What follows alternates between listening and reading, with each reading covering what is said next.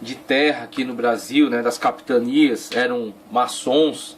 Então a maçonaria está envolvida em pontos-chave da história, né, em grandes momentos da história tem personagens maçônicos como seus condutores, né? A maçonaria está envolvida em muitas partes importantes, por isso que é um movimento difundido, um movimento que tem força histórica, tá certo? E não pode ser assim, não pode ser explicado plenamente, porque tem diversas faces. A maçonaria tem diversas faces.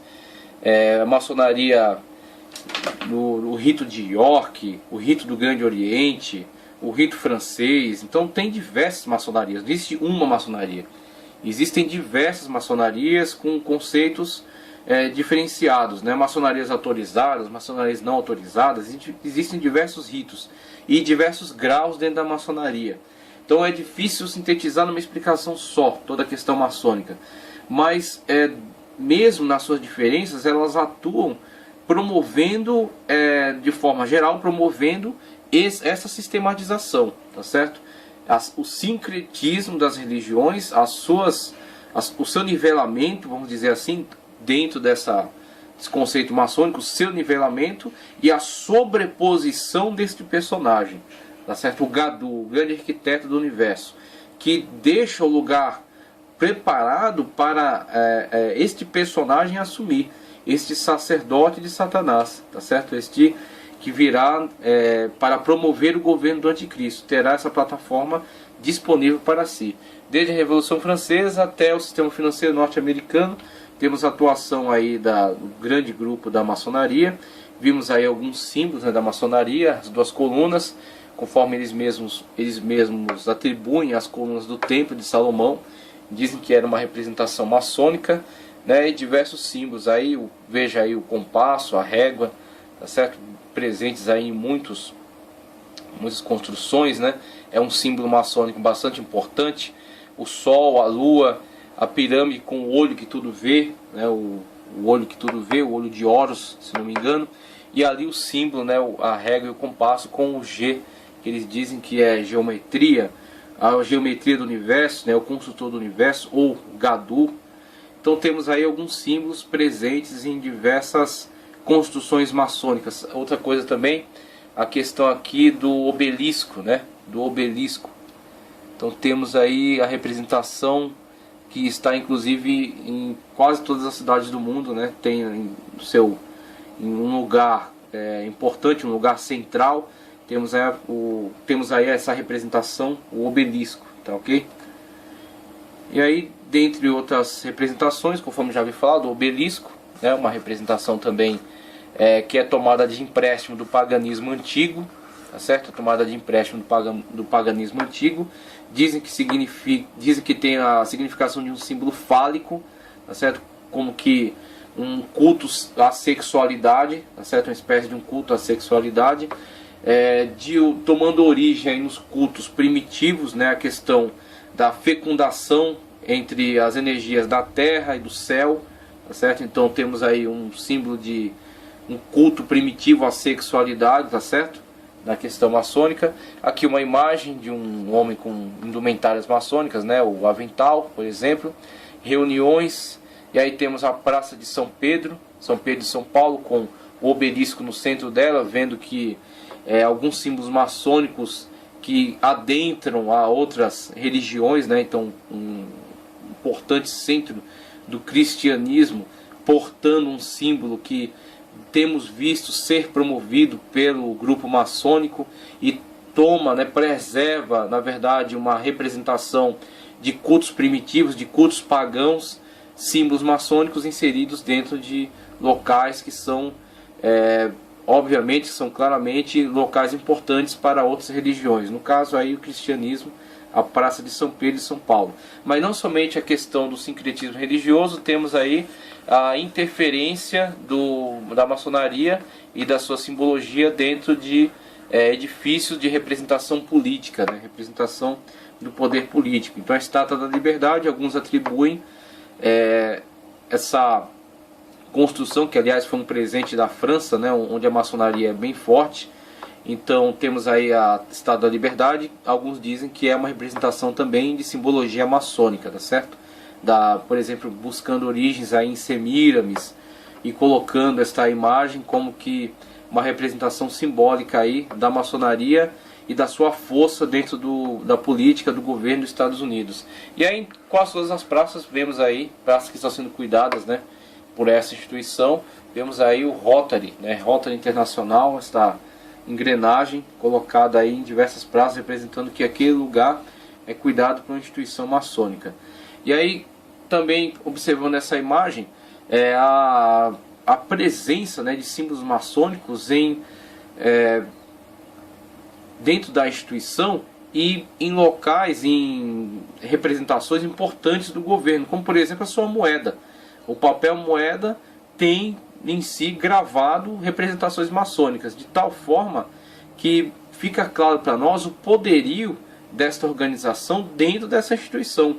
Então a organização maçônica, ela não pode ser ignorada e tem que se entender que o seu poder está muito bem afirmado quando ela consegue imprimir a sua marca dentro de importantes símbolos da instituição. A instituição norte-americana, o seu papel moeda, tem marcas da maçonaria impressas em si, logo mostrando que são um grupo predominante, são um grupo importante, são um grupo de influência considerável. São um grupo de influência considerável. Temos aí a pirâmide com o olho que tudo vê, né, conforme vimos mais atrás, um símbolo maçônico, tipicamente maçônico, e que está aí impresso então na nota de dólar, tá certo? Na nota de dólar temos a pirâmide com o olho que tudo vê. E aí outras representações, né, conforme especialistas da área gostam de elucidar, né, gostam de trazer, mas para nós basta simplesmente observar essas características. E aí, dentre outras questões misteriosas associadas à maçonaria ou a outros movimentos secretos, né? A maçonaria, na verdade, não chega a ser um movimento secreto, é um movimento discreto, né? Como gostam de definir os especialistas. É discreto, não é aberto a todos, mas também não é isolado, não é escondido, não é secreto, né? Pode-se ver templos maçons, pode-se ver pessoas trajando símbolos da maçonaria, logo eles não são secretos, mas são discretos no sentido de que restringem a participação, não tanto no sentido de barrar todos que não são, barrar a maioria, né, daqueles que não são escolhidos para participar do grupo, mas devido ao nível, ao grau daqueles que participam, né, o nível, exigência, né, de nível financeiro em vista das reuniões, dos banquetes, né, da participação na vida social, na alta cultura, na alta economia, acaba tornando-se uma barreira. Então pessoas de nível econômico inferior acabam tendo dificuldade de participar, de ingressar nos graus e ascender, né, aos graus mais altos da maçonaria. Mas não que seja proibido, mas sim que seja um tanto dificultado. Então temos a maçonaria não como um movimento tão secreto assim, mas discreto, podemos colocar assim. Mas dentre aqueles que acabam dando sinais da promoção do governo do anticristo, da construção da sua estrutura, temos, por exemplo, este marco aí, esta construção, que é algo misterioso, não há muita explicação sobre o que seja, né, esta construção, mas ela traz para nós algumas mensagens que são tanto assustadoras e que são como que pequenos recados daquele governo que se estabelecerá. Alguns recados que antecipam a sua política. Então temos aí essas pedras pedras da Geórgia. E aí na descrição colocamos: logo após o anticristo quebrar o pacto, certo? Depois dos primeiros 3 anos e meio de falsa paz, o templo de Jerusalém já reconstruído e os sacrifícios retomados, né? Quebrar o pacto, durante os 3 anos e meio, dá-se ao início da grande tribulação, tá certo? A grande tribulação, que foi anunciada por Cristo, que disse que se não fosse abreviada, ninguém sobreviveria. Nessa época será cumprido o programa que está escrito nas pedras da Geórgia, Então temos essa construção aí, as pedras da Geórgia, o qual estipula o número ideal para a população mundial em 500 mil pessoas. E como você pensa que chegarão a este número? Veja os outros 3 cavalos que são liberados com os selos. Então, associando a ideia, né, dos 3 cavalos que serão liberados, esses cavalos representando guerra, peste, fome, morte, controle, né, controle da alimentação, do acesso à alimentação, vemos aí que a política do anticristo promoverá a falsa paz para os seus associados, mas promoverá grande perseguição, e daí vem a tribulação daqueles que ficarem sobre a terra, né? As espigas caídas, aqueles que são tipificados como os rabiscos, né? Que são aquela parte da colheita que nasce tardiamente, né? Aqueles que nascerão, aceitarão a mensagem de Cristo durante a grande tribulação, e que com certeza serão atingidos duramente pela perseguição, pela promoção do anticristo, desse governo de aceitação universal, de imposição do seu sistema e de perseguição ferrenha àqueles que se recusarem. E aí com isso temos essas pedras da Geórgia com um pequeno recado do governo que se estabelecerá. Um número ideal para a população mundial que está muito abaixo do número da população atual, e esta lacuna, né? Esta lacuna, como se chegará então a este número ideal? Como será promovido esse número ideal, conforme é declarado aí nesta construção? Chegará através disso, chegar-se-á a este objetivo, por meio da promoção das guerras, por meio da promoção das pestes, né? Por meio da promoção do controle sobre os alimentos, da imposição do sistema e da perseguição àqueles que rejeitarem o sistema.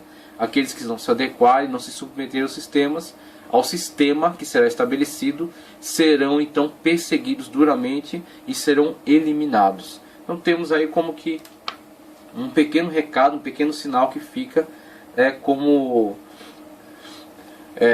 uma proposta que será realizada ao longo do governo do anticristo, tá ok?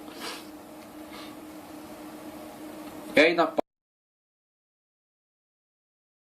do sistema, aqueles que não se adequarem, não se submeterem ao sistema que será estabelecido, serão então perseguidos duramente e serão eliminados. Então temos aí como que um pequeno recado, um pequeno sinal que fica como uma proposta que será realizada ao longo do governo do anticristo, tá ok?